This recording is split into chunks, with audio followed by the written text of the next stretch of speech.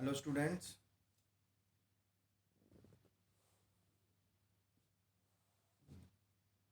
कैसे हो आप सभी। आज के लेक्चर में हम एक्सरसाइज 4.2 को सॉल्व करेंगे।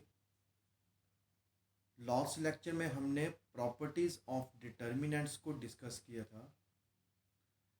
आज वाले जो क्वेश्चन है वो उन्हीं प्रॉपर्टीज के ऊपर डिपेंड है। तो जितनी भी प्रॉपर्टीज हैं, आपकी बुक में टोटल 6 प्रॉपर्टीज हैं और जितनी भी एक्सरसाइज 4.2 है, सारी की सारी एक्सरसाइज इन्हीं 6 प्रॉपर्टीज के ऊपर बेस्ड है। तो अगर आप लोगों को प्रॉपर्टीज अच्छी तरह समझ आ गई हो तो इन क्वेश्चन को सॉल्व करना बहुत ही आसान है आप लोगों के लिए। तो देखो, जैसे पहला क्वेश्चन उन्होंने पूछा है कि using the properties of determinants and without expanding prove that the value of this particular determinant is 0। अब देखो, क्वेश्चन देख के ही आपको पता चलना चाहिए कि इस क्वेश्चन में कौन सी वाली प्रॉपर्टी लगती है। सबसे पहले हमने ये देखना है कि राइट हैंड साइड को हमने किसके बराबर लेना है, 0 के बराबर। और 6 में से ऐसी कौन कौन सी प्रॉपर्टी है जो किसी भी डिटर्मिनेंट को 0 बनाती है। वो है एक प्रॉपर्टी नंबर थर्ड प्रॉपर्टी क्या बोलती है कि अगर किसी भी डिटर्मिनेंट में कोई भी दो रोज या कोई भी दो कॉलम्स आइडेंटिकल होंगे तो उस डिटर्मिनेंट की वैल्यू क्या बन जाती है, 0। बट इस वक्त हमें इस पर्टिकुलर डिटर्मिनेंट में कोई भी दो रोज या कोई भी दो कॉलम्स आइडेंटिकल नहीं लग रहे हैं। आइडेंटिकल का मतलब सेम, ठीक है। फिर उसके बाद एक और प्रॉपर्टी है, प्रॉपर्टी नंबर फिफ्थ प्रॉपर्टी क्या बोलती है कि if the elements of a row और a column of a determinant is expressed as the sum of two or more elements, then the determinant is expressed as the sum of two or more determinants। तो property क्या बोल रही है कि अगर किसी determinant में कोई भी एक रो या कोई भी कॉलम अगर इस तरह से लिखा हो कि उसमें जो एलिमेंट्स हैं वो as the sum of two और मोर एलिमेंट्स हों, ठीक है।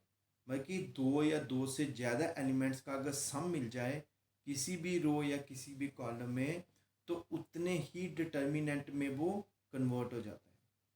तो अब इस क्वेश्चन में देखो, जो थर्ड कॉलम है it is express as the sum of two elements. तो अकॉर्डिंग टू प्रॉपर्टी ये अब दो डिटर्मिनेंट में क्या हो जाएगा, कन्वर्ट हो जाएगा। तो पहली डिटर्मिनेंट में थर्ड कॉलम का एक्स वाई जेड आ जाएगा, दूसरे डिटर्मिनेंट में थर्ड कॉलम का ए बी सी आ जाएगा। अब देखो कैसे इन्होंने आगे ब्रेक किया है, ठीक है। तो देखो इन्होंने क्या कर दिया, उसको दो डिटर्मिनेंट्स में कन्वर्ट कर दिया। पहले डिटर्मिनेंट में थर्ड कॉलम का एक्स वाई जेड आया और दूसरे डिटर्मिनेंट में थर्ड कॉलम का ए बी सी आया। उसके बाद अब देखो कि इन दोनों डिटर्मिनेंट में देखो यहाँ पे प्रॉपर्टी नंबर थर्ड यूज हो रही है कि अगर किसी डिटर्मिनेंट में कोई भी दो रोज या कोई भी दो कॉलम्स आइडेंटिकल हो जाएं तो उस डिटर्मिनेंट की वैल्यू क्या बन जाती है, 0। अब देखो फर्स्ट डिटर्मिनेंट में फर्स्ट कॉलम और थर्ड कॉलम सेम है। सेकंड डिटर्मिनेंट में सेकंड कॉलम और थर्ड कॉलम सेम है। तो फर्स्ट डिटर्मिनेंट की वैल्यू भी 0 बन गई प्लस सेकंड डिटर्मिनेंट की वैल्यू भी 0 बन गई। तो आपका आंसर किसके बराबर आ गया, 0 के बराबर, ठीक है। तो हमारा पहला क्वेश्चन प्रूफ हो गया। नाउ अब हम दूसरे क्वेश्चन पे चलते हैं।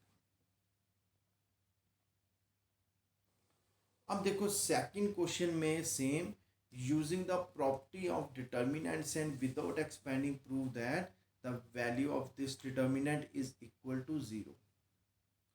अब जैसे इस क्वेश्चन को देखा तो फिर से हमें फिफ्थ प्रॉपर्टी याद आने लगी, क्योंकि फिफ्थ प्रॉपर्टी यही बोल रही है कि अगर कोई भी रो या column as the sum of two और मोर एलिमेंट्स हो तो वो इतने ही डिटर्मिनेंट में कन्वर्ट हो जाएगा।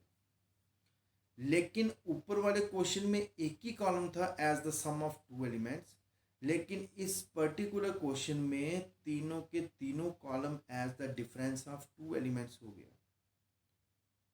तो देखो, अगर तीनों के तीनों column as the difference of two elements हैं तो अकॉर्डिंग टू प्रॉपर्टी इसके कितने डिटर्मिनेंट बनेंगे? 6। 2 डिटर्मिनेंट पहली कॉलम के, 2 डिटर्मिनेंट सेकंड कॉलम के और 2 डिटर्मिनेंट थर्ड कॉलम के। ठीक है, अब देखो तीनों के तीनों कॉलम को 0 के बराबर लाना तो बड़ा मुश्किल है। साथ में हम देखेंगे जब इसको ब्रेक किया तब भी हमारी वैल्यू सेम नहीं आएगी। तो फिर हमने क्या किया, हमने प्रॉपर्टी नंबर 5 को अवॉइड कर दिया। ठीक है, और कौन सी प्रॉपर्टी 0 बनाती है? Property number 3। तो प्रॉपर्टी नंबर 3 भी यहाँ पे अप्लाई नहीं होगी, क्योंकि इधर कोई भी 2 रोज या कोई भी 2 कॉलम्स आपस में इक्वल नहीं है। तो फिर हम क्या करते हैं, जब हमने देखा कि कोई भी प्रॉपर्टी यहाँ पे अप्लाई नहीं कर रही है, then we shall go for the property number 6 which is called the universal property. Why? Because if all the 5 properties failed, then always we use sixth property. ठीक है, अगर किसी डिटर्मिनेंट में पांचों की पांचों प्रॉपर्टी फेल हो जाए तो हम सिक्स्थ प्रॉपर्टी से ही क्वेश्चन को सॉल्व करते हैं। और सिक्स्थ प्रॉपर्टी क्या बोल रही है कि if we apply operations on a determinant then its value remains the same. तो अब हमने यहाँ पे क्या किया, प्रॉपर्टी अप्लाई क्या की, सिक्स्थ प्रॉपर्टी में ऑपरेशन लगाना है। वहाँ पे क्या ऑपरेशन किया, चाहे आप रो में लगाओ कि तीनों रो को ऐड कर दो, चाहे आप कॉलम में लगाओ कि तीनों कॉलम को क्या कर दो, ऐड कर दो। अब देखते हैं क्वेश्चन में इन्होंने क्या ऐड किया है। ठीक है, तो इन्होंने क्या किया, ठीक है, इन्होंने मतलब कि क्वेश्चन को थोड़ा लेंथी बना दिया है। हम सीधा क्या ऑपरेट करेंगे, देखो क्वेश्चन में हमें जो गिवन है आप सीधा क्या ऑपरेट करो, R1 में R1 plus R2 plus R3। क्या ऑपरेशन लगाना है, R1 goes to R1 plus R2 plus R3। इन्होंने 2 ही रो को ऐड किया, हम तीनों रो को इकट्ठे ऐड करेंगे ताकि हमारा क्वेश्चन जल्दी से सॉल्व हो जाए। अब आप पहली, दूसरी और तीसरी रो को ऐड करो।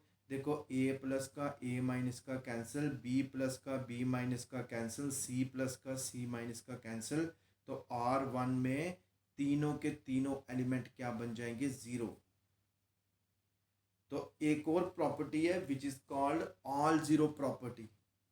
ऑल जीरो प्रॉपर्टी क्या बोलती है कि अगर किसी भी रो या कॉलम के सारे एलिमेंट 0 हो जाएं तो उस डिटर्मिनेंट की वैल्यू भी क्या बन जाती है, 0। अब देखो जैसे हमने तीनों रोज को ऐड किया तो R1 के तीनों एलिमेंट 0 बन जाएंगे। तो प्रॉपर्टी क्या बोलती है, अगर तीनों एलिमेंट 0 तो वैल्यू ऑफ डिटर्मिनेंट भी क्या बन जाएगी, 0। ठीक है, तो हमारा सेकंड क्वेश्चन का प्रूव भी हो गया। ओके।